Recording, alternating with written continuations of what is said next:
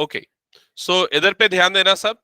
जो next question है, आपका जो डाउट है वो है फाइंड द वैल्यू ऑफ के की वैल्यू फाइंड आउट करनी है for the following quadratic equation so that they have two equal roots, so that they have two equal roots. तो देखो, के की वैल्यू फाइंड आउट करने वाले क्वेश्चंस आते हैं और आएंगे डेफिनेटली। अब यहां पर कंडीशन क्या होगी, क्या फॉर्मूला अप्लाई होगा, वो आपको क्वेश्चन में गिवन होगा, आपको उससे समझना पड़ेगा। तो यहां पर क्या लिखा हुआ है, टू इक्वल रूट। तो इक्वल कब होते हैं रूट्स, जब d इज इक्वल्स टू क्या होता है, जीरो। तो आप discriminant d is equals to zero लोगे। क्लियर ये चीज। अब डिस्क्रिमिनेंट d का फॉर्मूला क्या है, very good, B square minus 4ac is equals to zero. ठीक है। अब यहाँ ए बी सी निकालना पड़ेगा। ए बी सी निकालने के लिए इसको स्टैंडर्ड फॉर्म से कंपेयर करते हैं, A X square plus B X plus C से कंपेयर करना पड़ेगा। उसके लिए ब्रैकेट ओपन होगा, ब्रैकेट ओपन होगा तो क्या बनेगा, K X square minus 2kx plus 6 is equal to zero. Clear. Ankit बात मत कर, इधर ध्यान दे। ए बी सी की वैल्यू, ए की वैल्यू क्या हो जाएगी के, बी की वैल्यू -2k और सी की वैल्यू 6। इन सबको यहां पुट करते हैं तो बी स्क्वायर मतलब किसका स्क्वायर होगा, -2k का होल स्क्वायर, -4 ए की जगह पे क्या आएगा के, और उसके बाद सी की जगह पे क्या आ जाएगा 6। तो ये आ जाएगा 6 that is equals to 0। -2k का होल स्क्वायर क्या होगा, ये 4k स्क्वायर, और ये हो जाएगा -24k that is equals to 0। समझ में आया। फिर कॉमन निकालेंगे, क्या कॉमन निकलेगा, 4k कॉमन निकलेगा, क्या बच जाएगा यहाँ पर k -6 इज इक्वल्स टू 0। अब यहाँ दो फैक्टर बने हैं, पहला फैक्टर 4k है और दूसरा फैक्टर ये है, दोनों को एक एक करके इक्वल्स टू 0 करो तो k की दो वैल्यू मिलेंगी। एक यहाँ पर k इज इक्वल्स टू क्या आएगा बताओ तो, k इज इक्वल्स टू 0। -4 कैसे बोला, इसीलिए मैं जोर से पूछा क्या आएगा भाई, उधर जाएगा ना तो 0/4 होगा अनिकेत, और 0/anything क्या होता है, 0। कौन बोला था, अच्छा। तो k की दूसरी वैल्यू क्या आएगी 6। अच्छा ठीक है, जो भी बोला छोड़ो उसको, इधर ध्यान दो अब। हाँ, k की दूसरी वैल्यू आएगी 6, तो 0 और 6 दो वैल्यू आई। अब देखो 0 होगी कि 6 होगी, कि दोनों वैल्यू करेक्ट होगी, सिर्फ 6 करेक्ट होगी, 0 नहीं होगी, क्योंकि अगर आप k की जगह 0 डालोगे तो भाई ये पूरा हट जाएगा ना, तो ये 6 इज इक्वल टू 0 आ जाएगा, जो कि इनकरेक्ट है। तो k is equal to 6 correct answer होगा। क्लियर ये चीज सबको। ये क्वेश्चन मुझे लग रहा है हमने पिछली बार भी किया था। ठीक है, ठीक है, चलो फिर भी डाउट रह गया तो अभी क्लियर हो गया, आगे बढ़े। ओके, यही तो है क्या 8 क्वेश्चन, अच्छा 18 बोल रहा है, इसको डिलीट कर दूं पूरा। चलो ठीक है। कौन सा 1 मार्क वाले में, 1 मार्क वाला कहां पर है, ये पेज नंबर कौन से में है, इसमें इसमें ये एमसीक्यू वाला है क्या, ओके। चलो ये वाला क्वेश्चन पूछ रहे हैं ना, हाँ। ये देखो एक और क्वेश्चन में डाउट है, इस क्वेश्चन में कुछ बच्चों का ध्यान देना इधर। क्वेश्चन नंबर 18 क्या लिखा हुआ है, क्वेश्चन एमसीक्यू वाला है। The quadratic equation whose one rational root is this, the quadratic equation whose one rational root is this. Okay, आपको क्वाड्रेटिक इक्वेशन फाइंड आउट करनी है जिसका एक रूट दिया हुआ है यहां पर। ठीक है, कौन सी क्वाड्रेटिक इक्वेशन है, the quadratic equation whose one rational root is this। okay, देखो एक तरीका ये है, आप वैल्यू पुट करके चेक कर सकते हो, ठीक है, ये एक तरीका है। दूसरा ये है कि आप क्वाड्रेटिक इक्वेशन को सॉल्व करके चेक कर सकते हो, दो तरीके हमारे पास है, ठीक है, क्योंकि आपको एक ही रूट दिया हुआ है। तो अगर मान लो हम इसमें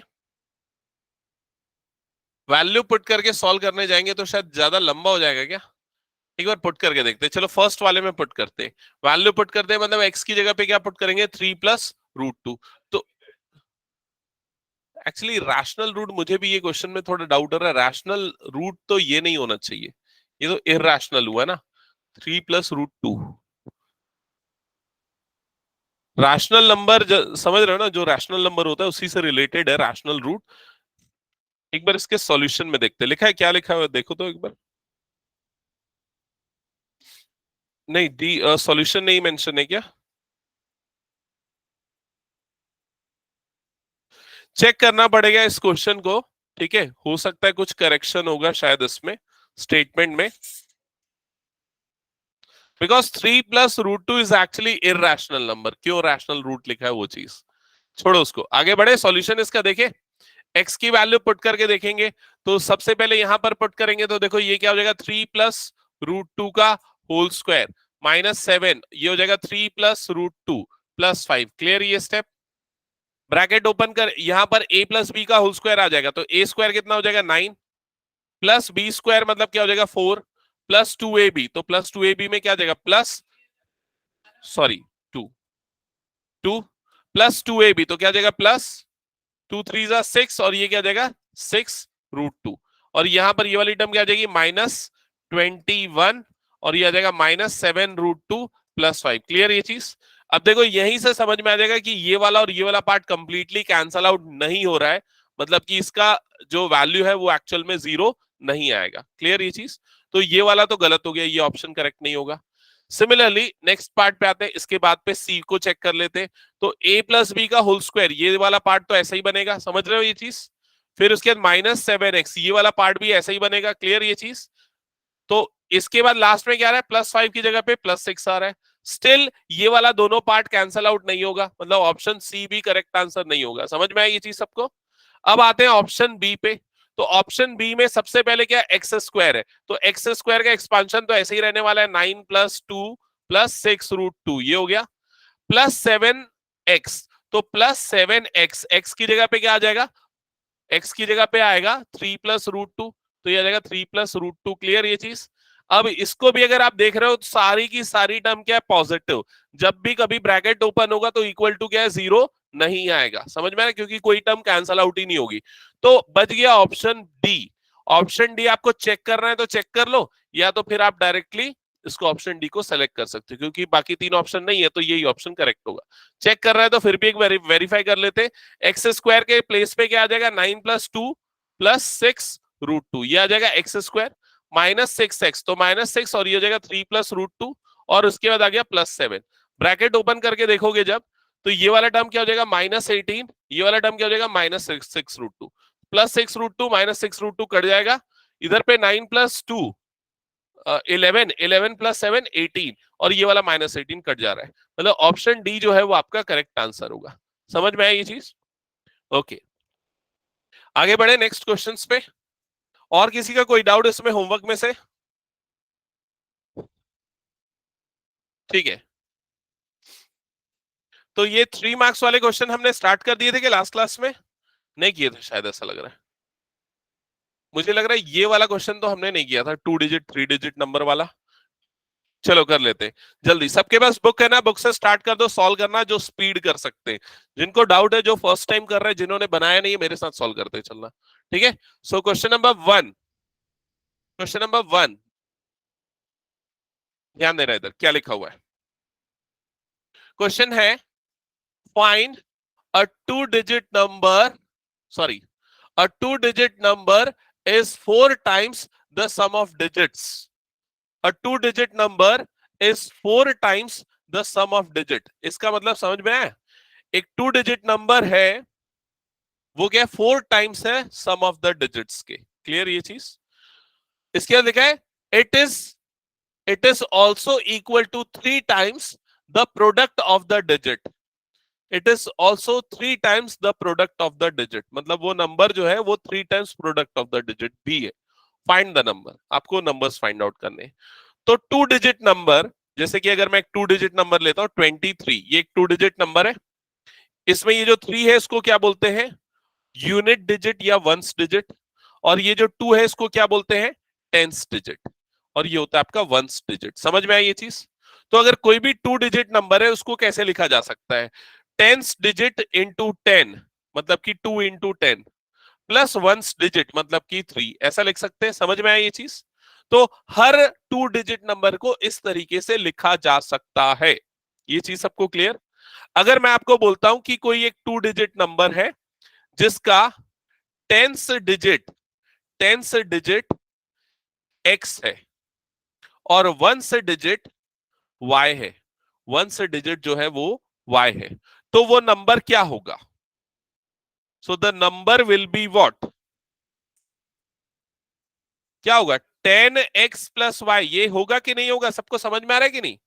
जैसे यहां पर 2 × 10 + 3 ऐसा हुआ, वैसे यहां पर क्या हो जाएगा? 10x+y। क्लियर सबको ये चीज? ये हो जाएगा वो नंबर। अब आते हैं क्वेश्चन की स्टेटमेंट में। सबसे फर्स्ट स्टेटमेंट क्या बोल रहा है? A 2 digit number is 4 times the sum of digit. तो 2 डिजिट नंबर मतलब किसके बारे में बात कर रहा है वो? 10x+y is 4 times the sum of digits. Sum of the digits मतलब x और y का सम, x+y। तो ये नंबर जो है वो इन दोनों के सम का 4 टाइम्स है। इसका मतलब जो फर्स्ट इक्वेशन बनेगी वो होगी 10x+y is equals to 4 times x+y। Statement समझ में आई सबको? अब अगर आ गया समझ में तो सेकेंड इक्वेशन बताओ इसको पढ़ के कि क्या बनेगा। It is also equal to 3 times the product of digit. It is also equal to मतलब किसके बारे में बोल रहा है? नंबर्स के बारे में ही बोल रहा है। Is equals to 3 times product of digit मतलब 3 टाइम्स x इंटू वाई। तो सेकेंड इक्वेशन बनेगी 10x+y is equals to 3 times x into y. क्या ये समझ में आया सभी को? अब आपको सॉल्व करके क्या करना है? एक्स और वाई निकालना है। एक्स और वाई मिल गया तो आपको क्या मिल जाएंगे? वो नंबर जो है 10x+y वो मिल जाएगा। क्लियर? क्लियर सबको? सॉरी, सॉल्व करो, चलो आगे।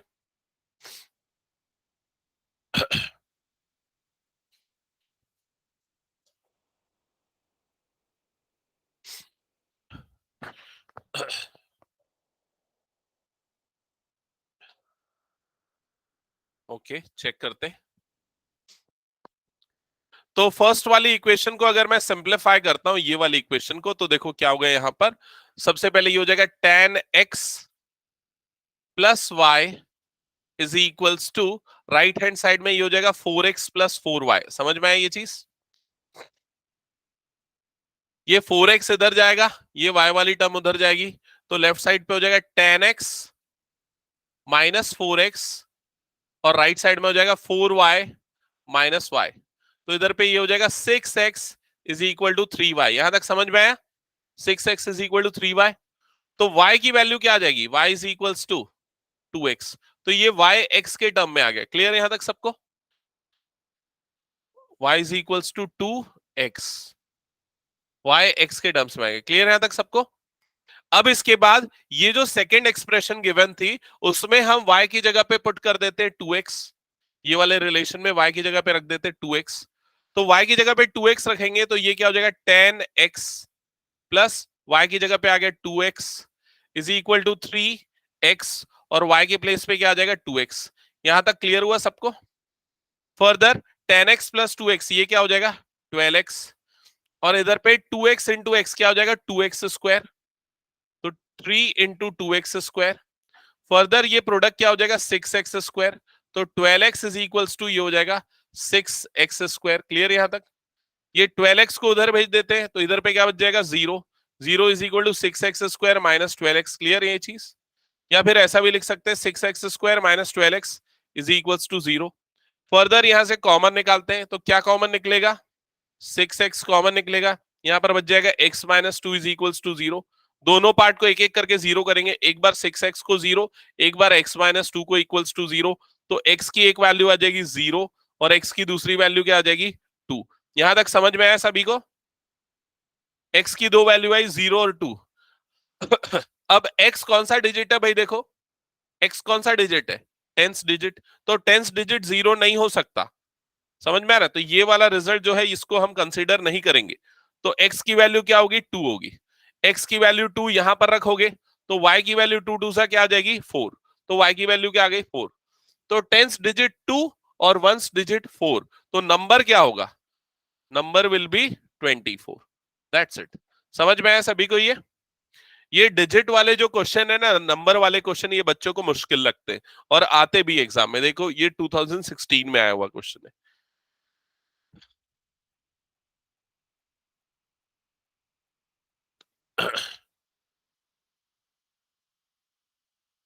सिर्फ अभी आज क्लास में वही क्वेश्चंस करेंगे जो मार्क्ड है प्रीवियस ईयर वाले।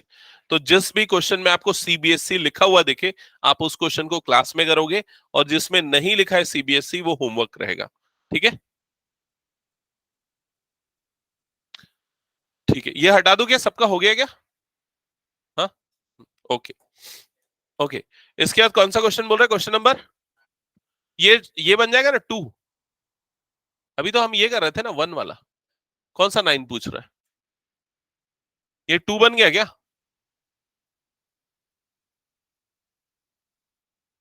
अच्छा, होमवर्क वाले की बात कर रहे हैं। अभी पहले अब इसको बनाना चालू करो, होमवर्क पे डिस्कशन हो गया अभी तो। ये क्वेश्चन देख लो जल्दी से, क्वेश्चन नंबर 2। क्या लिखा है? Find the value of p for which one of the root of this quadratic equation is 6 times the other. आपको पी की वैल्यू फाइंड आउट करनी है। अब क्वेश्चन की स्टेटमेंट को ध्यान से समझो। One of the root of this quadratic equation is 6 times the other. मतलब जो पहला रूट है वो दूसरे रूट का क्या है? 6 टाइम्स है। क्लियर? तो मैंने जैसे आपको कई बार बताया कि क्वाड्रेटिक इक्वेशन में पॉलिनोमियल के भी क्वेश्चन घुस जाते हैं। पॉलिनोमियल में वो जो अल्फा प्लस बीटा वाला रिलेशन होता है ना, वो भी यहां पर लगेगा। तो जैसे मुझे लग रहा है यहां पर वो रिलेशन लग सकता है। ठीक है, क्योंकि रूट्स बोल दिया, वन इज 6 टाइम अदर, तो इसलिए अल्फा बीटा यूज करेंगे। One root of the quadratic equation is 6 times other. Let the first root be alpha and second root be beta. पहले रूट को अल्फा और दूसरे रूट को बीटा लेते हैं। तो क्वेश्चन के according alpha is equals to 6 times beta. ये स्टेटमेंट क्लियर सबको? ठीक है, ये हो गया हमारे पास। अब आपको पी की वैल्यू निकालनी है। ठीक है, अब हम आते हैं बाकी रिलेशन क्या होते हैं अल्फा और बीटा में, मतलब sum of zero, product of zero वाले। तो सम ऑफ जीरो क्या होता है? Relation alpha plus beta is equal to क्या होता है? Minus B by A. तो यहां पर लगाते हैं alpha plus beta is equal to minus B. तो भाई बी कितना है? बी -14, और एक और माइनस, तो माइनस माइनस क्या बन जाएगा? +14। तो ये हो जाएगा 14 अपॉन ए की जगह पे क्या आ जाएगा? ए की जगह पे आ जाएगा पी। क्लियर यहां तक सबको? अब देखो यहां पर हमने क्या लिख रखा है? अल्फा इज इक्वल्स टू क्या लिखा है? 6 बीटा। समझ रहे हो? तो अल्फा की जगह पे रख दो 6 बीटा। तो ये क्या हो जाएगा? 6 beta plus beta is equals to 14 upon p. Clear यहां तक सबको? 14 अपॉन पी। क्लियर? तो ये हो जाएगा 7 beta is equals to 14 upon p. यहां तक सबको क्लियर हुआ क्या? ओके, क्या कैंसिल नहीं होगा? हाँ, अच्छा, हाँ, थोड़ा और सिंप्लीफाई हो जाएगा ना ये। ठीक है, कर लेते हैं। ये 7 वनजा और ये 7 टू सा, ऐसा डायरेक्टली कट जाएगा। समझ गए ना? क्रॉस मल्टीप्लाई होकर अपॉन में जाएगा, कट जाएगा। तो बीटा की वैल्यू क्या आ जाएगी? 2/p। ये ज्यादा इजी है, तो यहां तक सिंप्लीफाई कर लेते हैं। बीटा की वैल्यू आ गई 2/p। ठीक है, अब आते हैं सेकेंड रिलेशन पे। अभी हमने सम ऑफ जीरोस किया, सम ऑफ रूट्स किया। अब प्रोडक्ट, प्रोडक्ट मतलब अल्फा इंटू बीटा। तो क्या होता है अल्फा इंटू बीटा? C/A। तो यहां पर ये आ गया C/A। ठीक है, अब अल्फा और बीटा दोनों की जगह पे देखो, क्या अल्फा की जगह पे क्या लिख सकते हैं? अल्फा की जगह पे 6 बीटा। तो यहां पर भी अल्फा की जगह पे लिख देता हूं 6 beta into beta, that is equals to C. तो सी की वैल्यू क्या है क्वेश्चन में? देखो जल्दी, 8। और ए की वैल्यू कितनी है? पी। तो 8 अपॉन पी। यहां तक समझ में आया सभी को? 6 बीटा इंटू बीटा, तो ये क्या हो जाएगा? 6 beta square is equals to 8 upon p. ऐसा हो जाएगा। अब बीटा की वैल्यू आपने ऑलरेडी निकाल रखी है, आपको निकालना क्या है? पी निकालना है। तो बीटा की वैल्यू जो आपने निकाली थी उसको यहां पर रख दो। तो ये हो जाएगा 6, और बीटा की जगह पे क्या आ जाएगा? 2 अपॉन पी। तो हो जाएगा 2 अपॉन पी का whole square is equals to 8 upon p. यहां तक का स्टेप क्लियर हुआ सबको? इसके बाद ये हो जाएगा 6 एज इट इज। 2 का स्क्वायर कितना होता है? 4। अपॉन में क्या आ जाएगा? P square is equals to 8 upon p. यहां तक का स्टेप क्लियर सबको? अब देखो कुछ चीजें मैं डायरेक्टली कट कर रहा हूं, यहां की जा सकती है। जैसे कि ये 4 और ये 8 कट जाएगा, तो 4 वन जा, और ये क्या हो जाएगा? 4 टू जा। क्लियर? ये पी और ये वाला पी कट जाएगा। क्या बचेगा इसके बाद आपको? आपके पास 6 अपॉन पी। अच्छा, और भी कटेगा ना, ये 2 भी कट जाएगा ना, 2 वन जा और ये 2 3 जा। तो आपके पास क्या बचेगा, 3/p is equals to, right side में क्या बचा, कुछ भी नहीं, मतलब 1। सो क्रॉस मल्टीप्लाई करोगे 3 इज इक्वल्स टू क्या हो जाएगा, p। तो आपको p की वैल्यू क्या मिल जाएगी, 3। दैट्स इट, ये हो गया आपका आंसर। समझ में आया क्या सभी को ये? एक बार देख लो अगर कुछ डाउट है तो।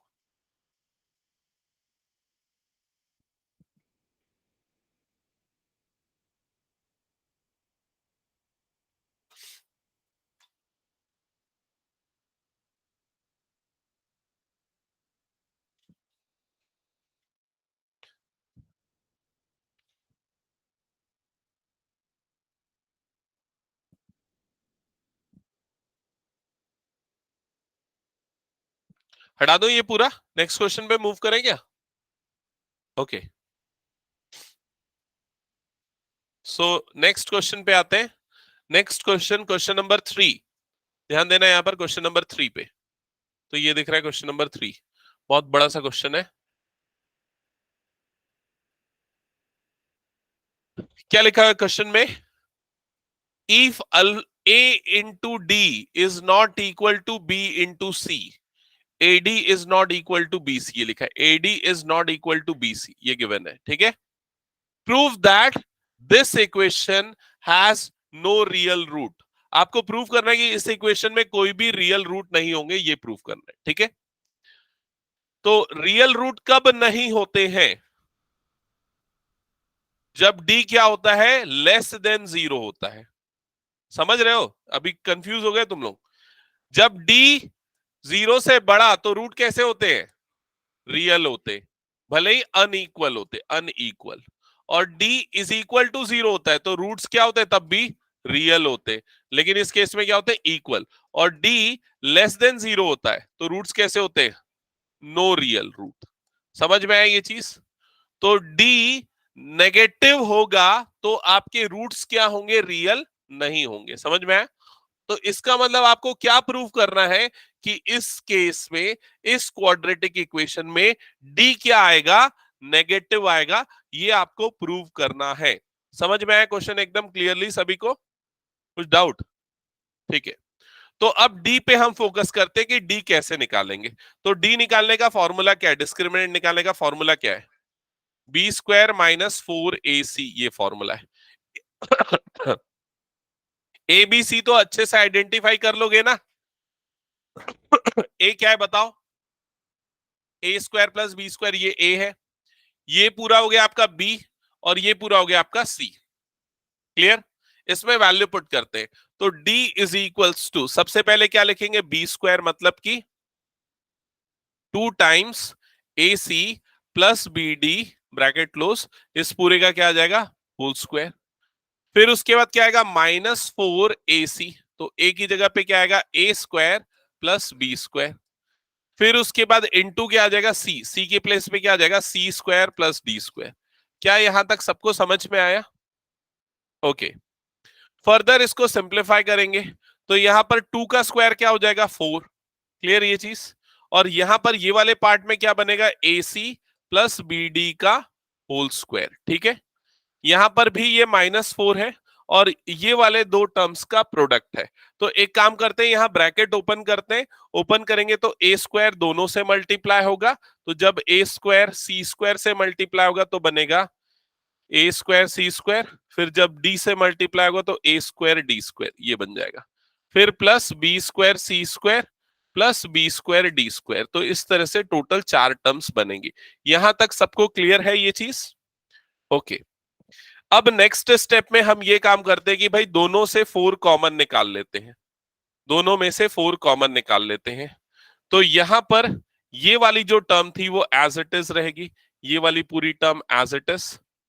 कॉपी नहीं होगा, चलो ठीक है, इसको लिख देते हैं, minus under bracket a square c square plus a square d square plus b square c square plus b square d square. ऐसे ही होगा,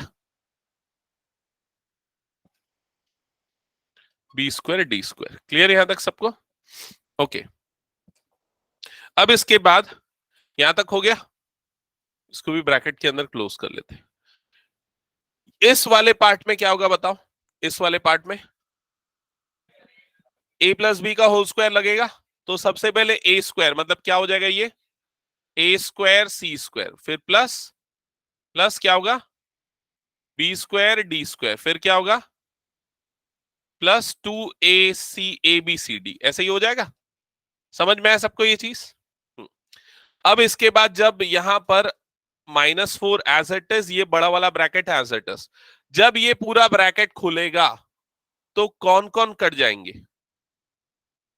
ए स्क्वायर सी स्क्वायर ये वाला, और ए स्क्वायर सी स्क्वायर ये वाला कट जाएगा, बी स्क्वायर डी स्क्वायर ये वाला, और बी स्क्वायर डी स्क्वायर ये वाला कट जाएगा।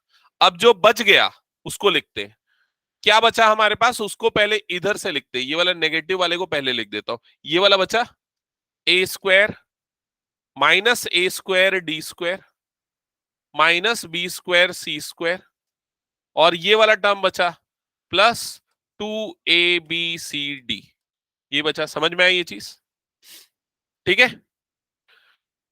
हाँ, अब ध्यान से समझना, इसके ये सब तो कर लिया, इसके बाद सबसे इंपॉर्टेंट चीज स्टार्ट होती है। आपको प्रूफ करना क्या था कि डी क्या होगा, पूरी तरीके से नेगेटिव होगा, ये प्रूफ करना है। ठीक है, तो डी को पूरी तरीके से नेगेटिव प्रूफ करने के लिए हमको ये वाले पूरे टर्म को कंप्लीट स्क्वायर बनाना पड़ेगा।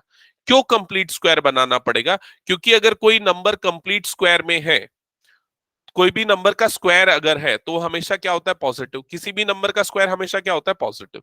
तो इस पूरे को क्या बनाना पड़ेगा हमको, पॉजिटिव बनाना पड़ेगा। समझ में? एक, हाँ मैंने ये चीज गलती की ना, यहाँ माइनस नहीं ये प्लस आएगा, इसको प्लस रहने दो अभी, यहां तक ठीक है। अभी ये माइनस कॉमन नहीं निकला, ये सब ठीक है, क्लियर ये चीज। अब हम क्या करेंगे, इसको कंप्लीट स्क्वायर बनाना है। कंप्लीट स्क्वायर बनाने के पहले अगर आपको रिकॉल करोगे तो कौन सी आइडेंटिटी लग सकती है, a square plus b square minus 2ab, ये आइडेंटिटी हम लगा सकते हैं। लेकिन ये आइडेंटिटी लगाने में अभी एक प्रॉब्लम है, वो क्या, कि ये नेगेटिव है, ये नेगेटिव, और ये क्या है, पॉजिटिव। तो सबके साइन को रिवर्स करना पड़ेगा, बदलना पड़ेगा। तो उसके लिए हम क्या करेंगे, माइनस को बाहर निकाल लेंगे, कॉमन निकाल लेंगे। माइनस कॉमन निकलेगा तो ये वाला टर्म क्या बन जाएगा, एडी का होल स्क्वायर, ऐसा लिख सकता हूं।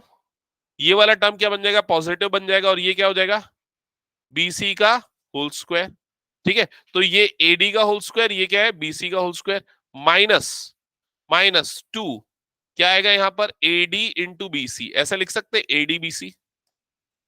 क्लियर हुआ यहां तक की सारी चीज सबको? इसके बाद अगले स्टेप पे ध्यान देना, क्या होगा नेक्स्ट स्टेप में, नेक्स्ट स्टेप पे ध्यान देना क्या होगा, ये वाला जो पार्ट है माइनस एज इट इज, ये कंप्लीट स्क्वायर बन जाएगा। इस किसका कंप्लीट स्क्वायर होता है, ये a माइनस बी का होल स्क्वायर, यही होता है। यहां पर a की जगह पे ये आ रहा है और b की जगह पे क्या आ रहा है, ये वाला पार्ट आ रहा है। तो ये हो जाएगा ad माइनस बी सी का होल स्क्वायर, ये आ गया। अब देखो इधर ध्यान दो, ये जो नंबर है इसका अगर स्क्वायर करेंगे तो हमेशा हमको क्या मिलेगा, पॉजिटिव। इसका स्क्वायर हमेशा क्या होगा, पॉजिटिव।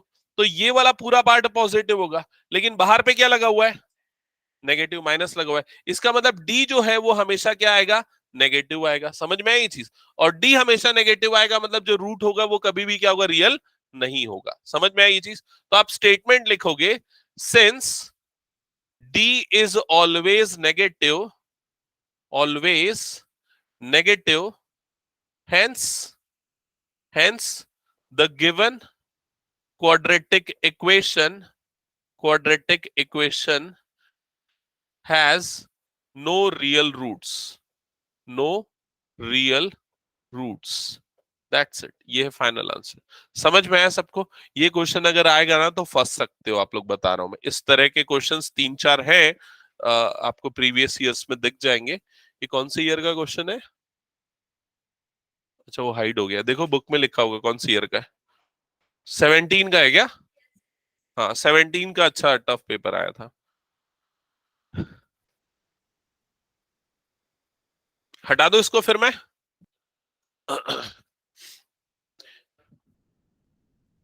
बुक में कौन से मेथड से किया है, कहां पर है, पेज नंबर,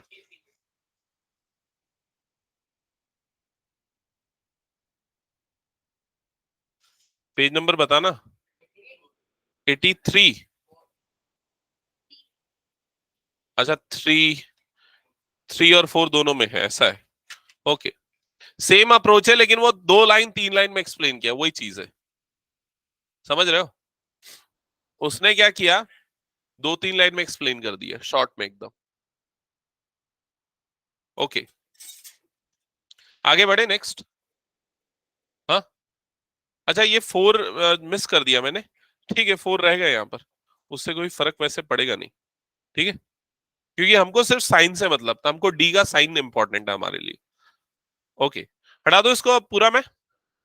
हम्म, ओके, नेक्स्ट क्वेश्चन पे मूव करते हैं। नेक्स्ट है क्वेश्चन नंबर 4। ये एनसीईआरटी का क्वेश्चन है, हो जाएगा सबसे, होमवर्क था ना ये क्वेश्चन। सिंपल है, पहले एलसीएम लेके इसको स्टैंडर्ड फॉर्म में लिख दोगे। स्टैंडर्ड फॉर्म में क्वाड्रेटिक इक्वेशन देखो ऐसा वाला आ जाएगा, 16x² - 8x + 1 = 0। Middle term split करके फिर x की 2 वैल्यूज निकलेगी, ठीक है, आगे बढ़े। नेक्स्ट, ये भी होमवर्क था क्या? अच्छा, 8 तक था होमवर्क, 6 वाले में डाउट है। Hmm, using quadratic formula solve the following quadratic equation. Okay, explain करूं 6th? चलो देख लो। अच्छा, कितने बच्चों ने स्टैंडर्ड मैथ्स लिया, पहले हाथ उठाओ तो। ओके, ठीक है, ठीक है, स्टैंडर्ड के में आने लायक क्वेश्चन है। ओके, अनीश ने भी स्टैंडर्ड लिया है, ठीक है। सो यहाँ पर इस क्वेश्चन को क्या बोल रहा है, क्वाड्रेटिक फॉर्मूला यूज करके इस क्वाड्रेटिक इक्वेशन का सॉल्यूशन निकालना है। क्लियर क्वेश्चन सबको? तो क्वाड्रेटिक फॉर्मूला क्या है, x = -b ± √d / 2a। ये है क्वाड्रेटिक फॉर्मूला, ठीक है। क्वाड्रेटिक फॉर्मूला लगाने के लिए सबसे पहले क्या निकालना पड़ता है, डी डिस्क्रिमिनेंट। क्या बातें कर रहे हो तुम लोग, हर्षित, राहुल, इधर ध्यान दो पहले। ये बन गया तुम लोगों का? हाँ, तो इधर ध्यान दो। डी डिस्क्रिमिनेंट का फॉर्मूला क्या होता है, b² - 4ac, ठीक है। तो यहाँ पर b², तो b मतलब किसका स्क्वायर हो जाएगा, ये वाले टर्म का, तो p² - q² का होल स्क्वायर -4। a की जगह पे क्या आएगा, p², और c की जगह पे क्या आ जाएगा, -q²। समझ में आया ये चीज सबको? तो फर्दर ये हो जाएगा, देखो यहां पर क्या होगा, ध्यान से समझना, p² - q² का होल स्क्वायर, p² - q² का होल स्क्वायर क्या लगेगा, कौन सी identity, a - b a + b लगा सकते हो, लेकिन ना उससे ज्यादा कोई बेनिफिट नहीं होगा, क्योंकि अभी भी दोनों का स्क्वायर तो रहेगा ना, होल स्क्वायर। तो बेटर ये है, यहां पर लगा दो a - b का होल स्क्वायर, लगा दो a - b का होल स्क्वायर, ठीक है। a - b का होल स्क्वायर क्या होता है, a² मतलब किसका स्क्वायर आएगा, p² का स्क्वायर, फिर क्या आता है प्लस b² मतलब किसका स्क्वायर आएगा, q² का होल स्क्वायर। समझ में आ रहा है? फिर क्या आता है -2, और a की जगह पे क्या आ जाएगा, p², और फिर उसके बाद क्या आएगा, q²। समझ में आया ये चीज? और ये वाला टर्म जब मल्टीप्लाई होगा, अभी ये वाले टर्म को मैंने किया नहीं था, इसका क्या होगा बताओ, माइनस माइनस प्लस हो जाएगा, प्लस, और ये 4p² q² हो जाएगा। समझ में आया यहां तक सारी चीजें? अब इसको अगर हम फर्दर सॉल्व करें, तो इसको मैं भी वैसे ही लिख रहा हूं, p² का होल स्क्वायर प्लस q² का होल स्क्वायर, ठीक है। अब ये वाला दोनों टर्म आपस में ऐड हो जाएगा, क्या होगा इन दोनों का एडिशन, बोलो जल्दी, +2p² q², ये होगा। अब कौन बताएगा क्या होगा, हाथ उठाना, इसके बाद क्या करेंगे इसको, बस 2-3। लक्ष्य, ठीक है। आकाश बता, गलत, और कोई? हाँ बता श्रेयांश, वेरी गुड, यही बोल रहा था। यहां पर आपको देखो भाई, डी जो है ना, डी क्या होता है, डिस्क्रिमिनेंट, और क्वाड्रेटिक फॉर्मूला में डिस्क्रिमिनेंट रूट के अंदर आता है, और ये रूट को सॉल्व करने में ना हालत खराब हो जाती है। तो समझ रहे हो, तो हमको रूट को हटाने के लिए क्या करना पड़ता है, स्क्वायर करना पड़ता है। तो इसको स्क्वायर में लाने के लिए क्या करेंगे, कंप्लीट स्क्वायर वाला फॉर्मूला सोचना पड़ेगा। समझ में आएगी नहीं? तो इसको क्या लिख सकते हैं बताओ, a + b का होल स्क्वायर लिख सकते हैं। अब a क्या है आपका, p², तो ये हो जाएगा p² प्लस b क्या है आपके पास, q², तो इसका क्या आ जाएगा, होल स्क्वायर। ये आ गया भाई आपका d, समझ गए? तो जब आपको √d यहां पर रखना है, तो √d की वैल्यू क्या होगी, √d, तो यहां से स्क्वायर हट जाएगा, और ये क्या बन जाएगा, p² प्लस q²। समझ में आएगी नहीं ये चीज? तो ये लॉजिक आपको क्लियर हो जाना चाहिए। अब ये फॉर्मूले में पुट करते हैं सारी चीजें। यहां पर जब पुट करेंगे, ध्यान देना, यहां पर जब पुट करेंगे तो क्या होगा, x इज इक्वल्स टू, सबसे पहले याद है ना formula, minus b, minus B, तो माइनस बी क्या है, ये पूरा बी माइनस बी, ठीक है, तो माइनस, फिर उसके दिया जाएगा p square minus q square, ये हो गया माइनस बी, फिर plus minus root d, plus minus root d होता है, तो रूट डी हमने पहले ही निकाल लिया है, रूट डी को रख दो यहां पर, ये हो जाएगा p square plus Q square, इसको ब्रैकेट में रखो। क्यों ब्रैकेट में, क्योंकि जब आप माइनस लिखोगे ना तब दोनों टर्म नेगेटिव होंगी, इस वजह से, और अगर आप ब्रैकेट में नहीं लिखते हो तो वो गलत हो जाएगा फिर आपका आंसर।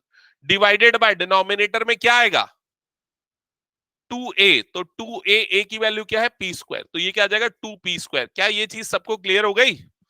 अब इसको आगे सॉल्व करते हैं, ध्यान देना, x is equals to, x is equal to, एक बार पॉजिटिव ले रहा हूं, एक बार नेगेटिव ले रहा हूं, पहले मैं पॉजिटिव ले रहा हूं, बीच वाले को ही बस पॉजिटिव नेगेटिव बदलना है और किसी को नहीं, ठीक है, तो ये minus p square minus q square, और ये हो जाएगा plus P square plus Q square, ठीक है, divided by 2p square, 2p square, तो क्या होगा, ध्यान देना कौन कौन सी चीजें कटेंगी, दोनों कैसे कटेगा, ये पी स्क्वायर कटेगा और ये वाला पी स्क्वायर कटेगा, कटेगा कि नहीं, लेकिन ये जो माइनस है ये इसको क्या बना देगा, बीच वाले को प्लस बना देगा, तो क्यू स्क्वायर पॉजिटिव और ये भी क्यू स्क्वायर पॉजिटिव, तो क्या बन जाएगा 2q square divided by 2p square, तो 2 कट गया तो क्या आ जाएगा Q square upon P square, ये पहली वैल्यू हो जाएगी एक्स की, क्लियर हुआ ये चीज।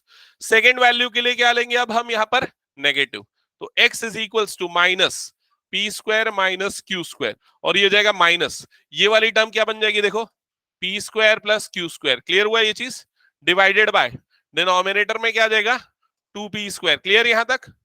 अब कौन कौन सी टर्म कटेंगी भाई देख के बताओ, ये देखो, ये जब माइनस इधर जाएगा तो इसको पॉजिटिव बनाएगा, ये माइनस इधर जाएगा तो इसको नेगेटिव बनाएगा, तो ये प्लस क्यू स्क्वायर और ये माइनस क्यू स्क्वायर कटेगा, एक दो स्टेप आप ब्रैकेट ओपन करके वैल्यू वेरीफाई कर सकते हो, मेरे पास स्पेस की कमी है तो मैं ऐसे ही कर दे रहा हूँ डायरेक्ट, ठीक है। ये वाली टर्म क्या बनी, माइनस पी स्क्वायर, और उसके बाद ये वाली टर्म भी क्या बनी, minus p square divided by 2p square, तो ये हो जाएगा न्यूमरेटर में minus 2p square divided by 2p square, ऐसे ही बनेगा, ये दोनों कट गया तो क्या बच गया आपके पास -1, तो ये x की दूसरी वैल्यू होगी। समझ में आया सभी को? ये कौन सा क्वेश्चन किया हमने, 6, अच्छा ठीक है, हटा दो इसको अब मैं पूरा,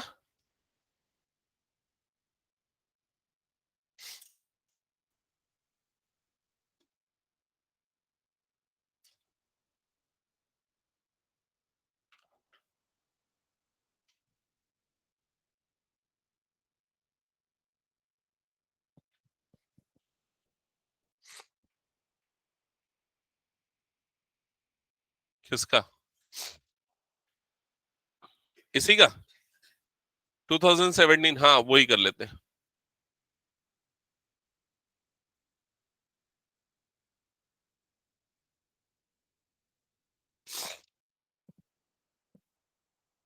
यार हिंट देके आगे बढ़ोगे इसको जल्दी से, हाँ क्योंकि सेम सेम टाइप के क्वेश्चन है बहुत सारे, देख लो इधर एक बार, 9th क्वेश्चन जो है 2017 फॉरेन वाला ही है, उसमें क्या लिखा हुआ है, इसमें लिखा है, एक सेकंड ना, पहले इसको हटा देते, इधर भी हटा देते, हाँ, तो क्या लिखा है इस क्वेश्चन में, if the roots of this quadratic equation are equal, if the roots of this quadratic equation are equal then prove that this, तो रूट्स कब इक्वल होते हैं, d is equals to 0, तो यहां पर d डिस्क्रिमिनेंट, डिस्क्रिमिनेंट निकालने का formula बोलो जल्दी, बी स्क्वायर माइनस 4ac, उसको इक्वल्स टू क्या कर देंगे हम 0, समझ गए, तो यहां पर डिस्क्रिमिनेंट d को इज इक्वल्स टू कर देना 0, ठीक है। अब बी स्क्वायर माइनस 4ac, तो b मतलब ये आपका b है, तो देखो यहां पर b का स्क्वायर लिया है, फिर उसके बाद क्या लिखा -4a, a की वैल्यू देखो ये a है तो ये a, फिर उसके बाद क्या लिखा है c, तो ये पूरा जो आपका क्या है c, that is equal to क्या कर दिया उसने 0, समझ में आया यहां तक सबको। इसके बाद इसको 0 करने के बाद फिर आगे देखो कैसे सॉल्व किया, ध्यान से समझना, यहां पर क्या किया एक बार देख के बताओ जल्दी से, b माइनस सी का होल स्क्वायर से एक्सपांड कर दिया, यहां पर ये -4 जो है उसको अलग रखा, और यहां पर इन दोनों ब्रैकेट को ओपन किया, ओपन किया तो देखो ये 4 टर्म आएंगी, ऐसी आएंगी 4 टर्म्स। फिर उसके बाद यहां पर भी ब्रैकेट खोल दिया तो -4 इन चारों से मल्टीप्लाई हो तो पहले -4ac फिर +4a² फिर ये वाला फिर ये वाला, इस तरह से 4 टर्म बनेंगी। क्लियर हुआ यहां तक? फिर जो जो सिंप्लीफाई हो सकता है सिंप्लीफाई करेंगे अरेंज करते हुए। तो सबसे पहले ये 4a² को इधर शिफ्ट कर देना, फिर ये +b² को इधर लिख दिया, फिर ये जो +c² इसको इधर लिख दिया, मतलब पहले स्क्वायर वाली टर्म एक साथ लिखा। फिर उसके बाद ए बी वाली टर्म, तो देखो ए बी वाली टर्म कौन सी थी भाई, ये -4ab, इसको यहां पर लिख दिया -4ab वाली टर्म को।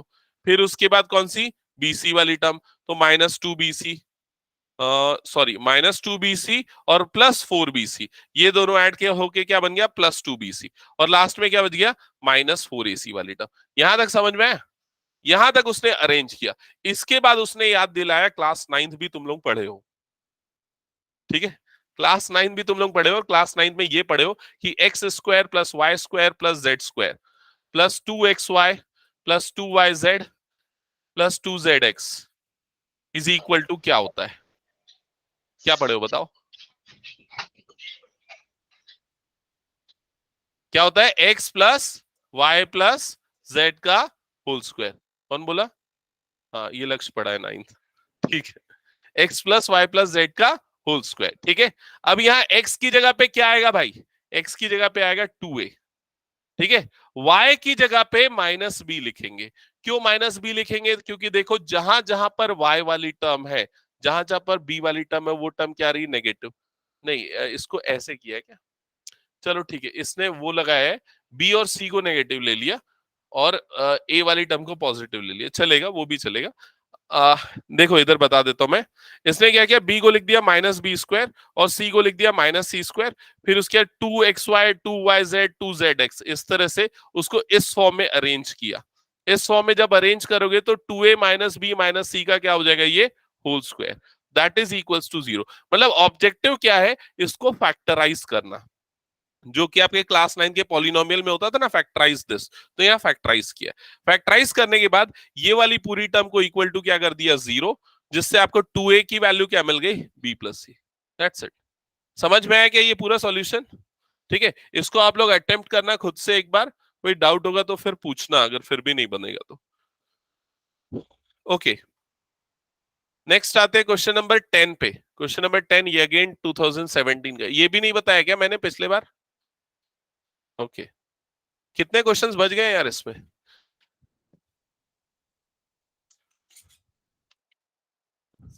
लास्ट पेज नंबर कौन सा है इसका?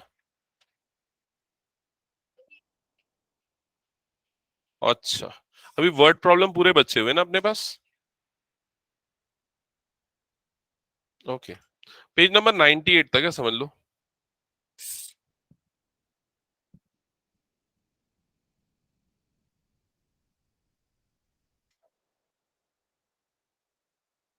ओके, चलो नेक्स्ट इस क्वेश्चन पे ध्यान देना, क्या लिखा हुआ है क्वेश्चन में? लिखा है 1 + m² x² + 2mcx + c² - a² is equal to 0 has equal roots, then show that this। तो आपको ये जो क्वाड्रेटिक इक्वेशन गिवन है, इसके रूट्स क्या है? इक्वल।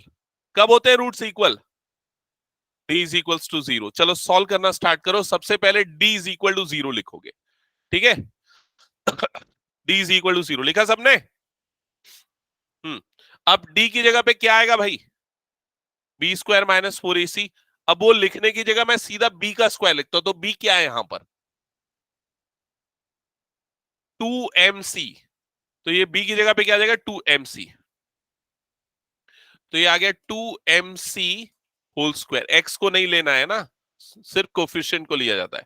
b² -4ac, तो -4 a की जगह पे क्या आएगा? 1 + m²। और c की जगह पे क्या आएगा? c² - a² is equal to 0। तो क्वेश्चन में जो दिया था उसके हिसाब से हमने ये तो बना दिया। अब जो प्रूफ करना है, देखो ये प्रूफ करना है आपको, वो ध्यान में रखना, आपके पास ये आना चाहिए। कुछ भी करके ये आना ही चाहिए, नहीं आएगा तो क्या करोगे? ठीक है, चलो ठीक है, यहां तक क्लियर सबको? अब देखो यहाँ पर ब्रैकेट ओपन होगा तो ये क्या हो जाएगा, इसका स्क्वायर क्या हो जाएगा, बोलो जल्दी। 4m² c², ऐसे ही होगा। -4, इसको ऐसे ही छोड़ते, यहां पर ब्रैकेट खुलेगा।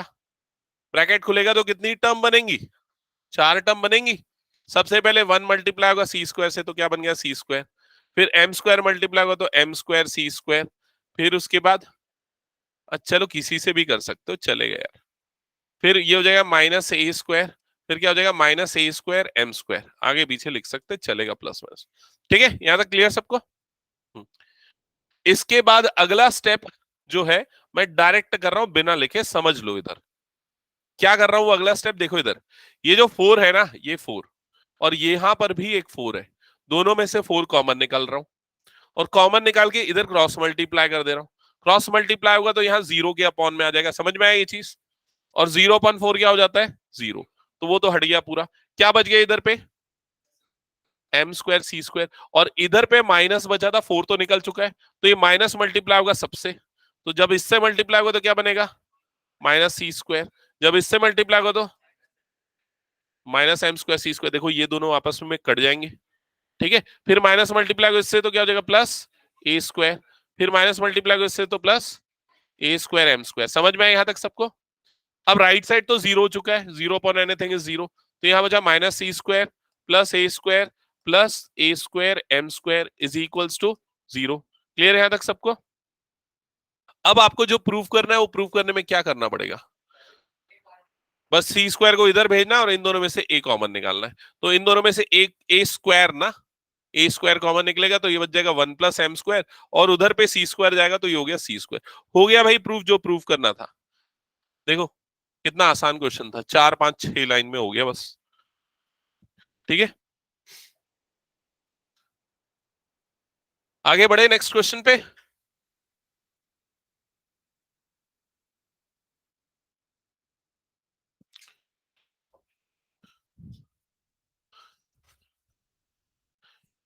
इसमें 11 क्वेश्चन को छोड़ देना, मत करना। ठीक है, साइन थीटा कॉस थीटा में फंस जाओगे, कोई मतलब नहीं है। देख रहे हो अपने आप कैसे बन रहा है।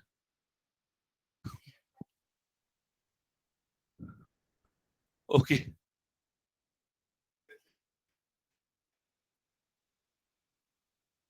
ये क्वेश्चन कर लेते हैं, क्वेश्चन नंबर 14। ये इस टाइप के क्वेश्चन आने के लायक है ना। ठीक है, ध्यान देना, क्वेश्चन नंबर 14।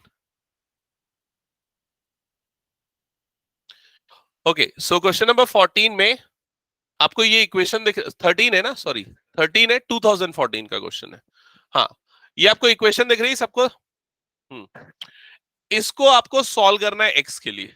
इस क्वेश्चन को सॉल्व करने के दो तरीके। पहला जो तरीका है वो ये है कि लेफ्ट साइड में पूरा एलसीएम एलसीएम लो, फिर क्रॉस मल्टीप्लाई करो, बहुत सारे इक्वेशन को सिंप्लीफाई करो और उसको स्टैंडर्ड फॉर्म में लाओ। स्टैंडर्ड फॉर्म बोले तो क्या होता है standard form, ax² plus bx plus c = 0। ये होता है स्टैंडर्ड फॉर्म, उस फॉर्म में लाने का। ठीक है, लेकिन वो बड़ा कॉम्प्लिकेटेड हो जाएगा।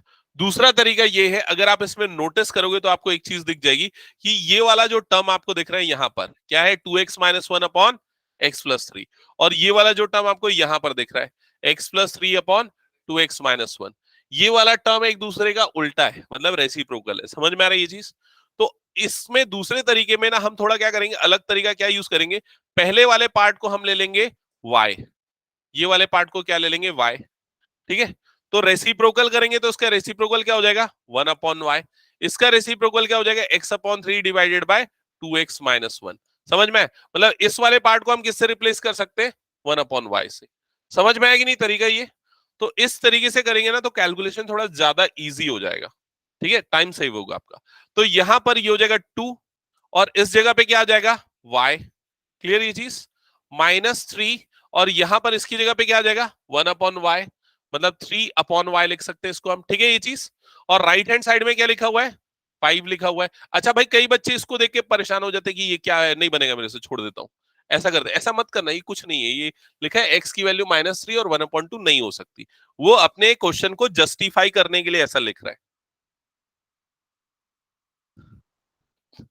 उधर ध्यान मत दो, इधर ध्यान दो। वो अपने क्वेश्चन को जस्टिफाई करने के लिए ऐसा लिख रहा है, ठीक है, क्योंकि अगर ये वैल्यू डालोगे तो ये इनवैलिड हो जाएगा, ये नॉट डिफाइन हो जाएगा, इस वजह से। ठीक है, यहां तक क्लियर सबको?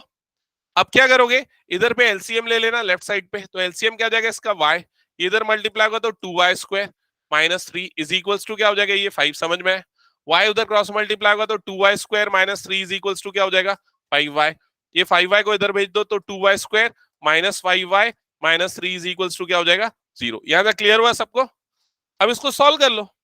कैसे सॉल्व करना है, मिडिल टर्म स्प्लिट करके। मिडिल टर्म स्प्लिट करना है तो देखेंगे क्या किसमें स्प्लिट होना चाहिए, प्रोडक्ट कितना आना चाहिए, -6, तो किसमें स्प्लिट होगा? अच्छा, कौन बोला? -3 इंटू -2 होना चाहिए एक्चुअल में, तभी तो -5 आएगा। लेकिन -3 इंटू -2 का एडिशन -5 है, लेकिन प्रोडक्ट कितना है, +6 है, और यहां पर प्रोडक्ट कितना आना चाहिए, -6 आना चाहिए। हाँ, समझ में आया ये चीज? नहीं मतलब ऐसा है इसमें कुछ कंफ्यूजन, तो इसलिए अच्छे से वेरीफाई कर लिया करो। ठीक है, तो -6y प्लस y आएगा, क्योंकि देखो दोनों का एडिशन क्या आ जाएगा, -5y, समझ में आया ये चीज? लेकिन दोनों का प्रोडक्ट -6 इंटू 1 क्या हो जाएगा, -6 आएगा, जो आना चाहिए। क्लियर? तो ये आ गया, और -3 इज इक्वल टू 0। यहां तक क्लियर सबको? अब इसके बाद पेयर बनाएंगे, ये फर्स्ट पेयर और ये सेकेंड पेयर। फर्स्ट पेयर से क्या कॉमन निकलेगा, बोलो जल्दी? 2y। क्या बच जाएगा यहाँ पर, y -3। सेकेंड पेयर में से कुछ नहीं, मतलब 1 निकल रहा है, तो क्या बच जाएगा, y -3 is equal to 0। Clear ये चीज? इसके बाद दो फैक्टर बनेंगे, एक बनेगा y -3, दूसरा फैक्टर क्या बनेगा, 2y + 1 is equal to 0। First factor को इक्वेट करोगे तो y की वैल्यू क्या आ जाएगी, एक 3, और दूसरे से y की वैल्यू क्या आएगी, -1/2। तो y की ये दो वैल्यू आ गई, -1/2 और 3। अब y की वैल्यूज को पुट करेंगे इस जगह पे, इस जगह पे, समझ रहे हो? देखो इधर ध्यान देना, y की वैल्यू को इस प्लेस पे पुट करते। तो सबसे पहले यहां पर पुट कर रहा हूं मैं y की जगह पे 3, y की जगह पे 3 पुट करूंगा तो 3 इज इक्वल्स टू क्या हो जाएगा, 2x - 1 डिवाइडेड बाय x + 3, ये हो जाएगा। इधर क्रॉस मल्टीप्लाई होगा 3 times of x + 3 is equals to 2x - 1, bracket खुलेगा तो 3x + 9 is equals to 2x - 1। ठीक है, फिर उसके बाद ये 9 को इधर भेज दो, इसको इधर भेज दो, तो क्या हो जाएगा, 3x - 2x is equals to -9 -1 -9, तो ये क्या हो जाएगा, x is equals to -10। Clear हुआ ये चीज? और दूसरी वैल्यू x की कैसे मिलेगी, y की वैल्यू जो है वो दूसरी वाली यहां पर पुट करोगे, सेम प्रोसेस क्रॉस मल्टीप्लाई करके। समझ में आ गया सबको? ये इसको सॉल्व करना, कंप्लीट करना ना। तो होमवर्क में इसको भी इंक्लूड कर लो। क्वेश्चन नंबर 13 आपको करना पड़ेगा। इसने कैसे सॉल्व किया, इसने दूसरे अप्रोच से सॉल्व किया है। सॉल्यूशन में देखो, यहां पर सॉल्यूशन की अप्रोच भी देखो, यहां पर समझ लो, एलसीएम लेके क्रॉस मल्टीप्लाई करके वो अप्रोच, और एक अप्रोच जो मैंने बताई, जैसा आपको कंफर्टेबल लगे वैसा कर लो। रुक जाओ, अभी होमवर्क और थोड़े नोट डाउन करो, इसको कंप्लीट करना है अभी। क्वेश्चन नंबर 14 14 ये दो मेथड्स दिए हुए, 14 बता दूंगा, ये भी 15 भी बता दूंगा, 16 भी डिस्कस कर लेंगे क्लास में, 17 भी डिस्कस कर लेंगे। चलो ठीक है। इसके बाद क्या है, ये केस स्टडी है क्या, चेक करो तो, केस स्टडी है क्या ये? हाँ, ये केस स्टडी क्वेश्चन आप ट्राई करके आओगे। ठीक है, long answer type questions. Long answer में क्वेश्चन नंबर 1 होमवर्क रहेगा, क्वेश्चन नंबर 1 होमवर्क। ठीक है, क्वेश्चन नंबर 3 होमवर्क रहेगा, क्वेश्चन नंबर 3 होमवर्क रहेगा। वर्ड प्रॉब्लम से देखो, वर्ड प्रॉब्लम्स में ना आप ज्यादातर अगर हिंट मिल जाएगा तो आप बना सकते हो, इक्वेशन बनेगी, बाकी चीजें बन जाएगी, तो इसको ट्राई करना। और एनसीईआरटी का भी है। ठीक है, नेक्स्ट क्वेश्चन नंबर 4। 4 मैं बता दूंगा, छोड़ देना 4 को। क्वेश्चन नंबर 3 भी बता दूंगा, उसको छोड़ देना। 6 जो है उसको उसको होमवर्क कर लेना, एनसीईआरटी इसलिए।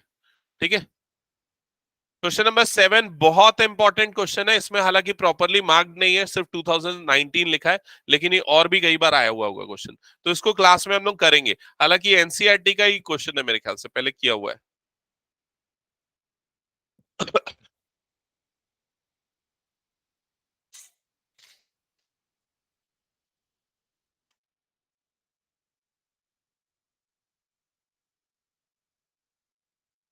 ठीक है, इतना ही देखना। एक एक और लिख लो, लास्ट में जो केस स्टडी है ना उसको भी एक बार कर लेना। लास्ट में केस स्टडी क्वेश्चन है, ये है पेज नंबर 542 में, पेज नंबर 542 में। इसमें 2 केस स्टडी क्वेश्चन है, ये 2 क्वेश्चन और करना, ठीक है। That's it. आज की क्लास यही एंड करते हैं। Thank you.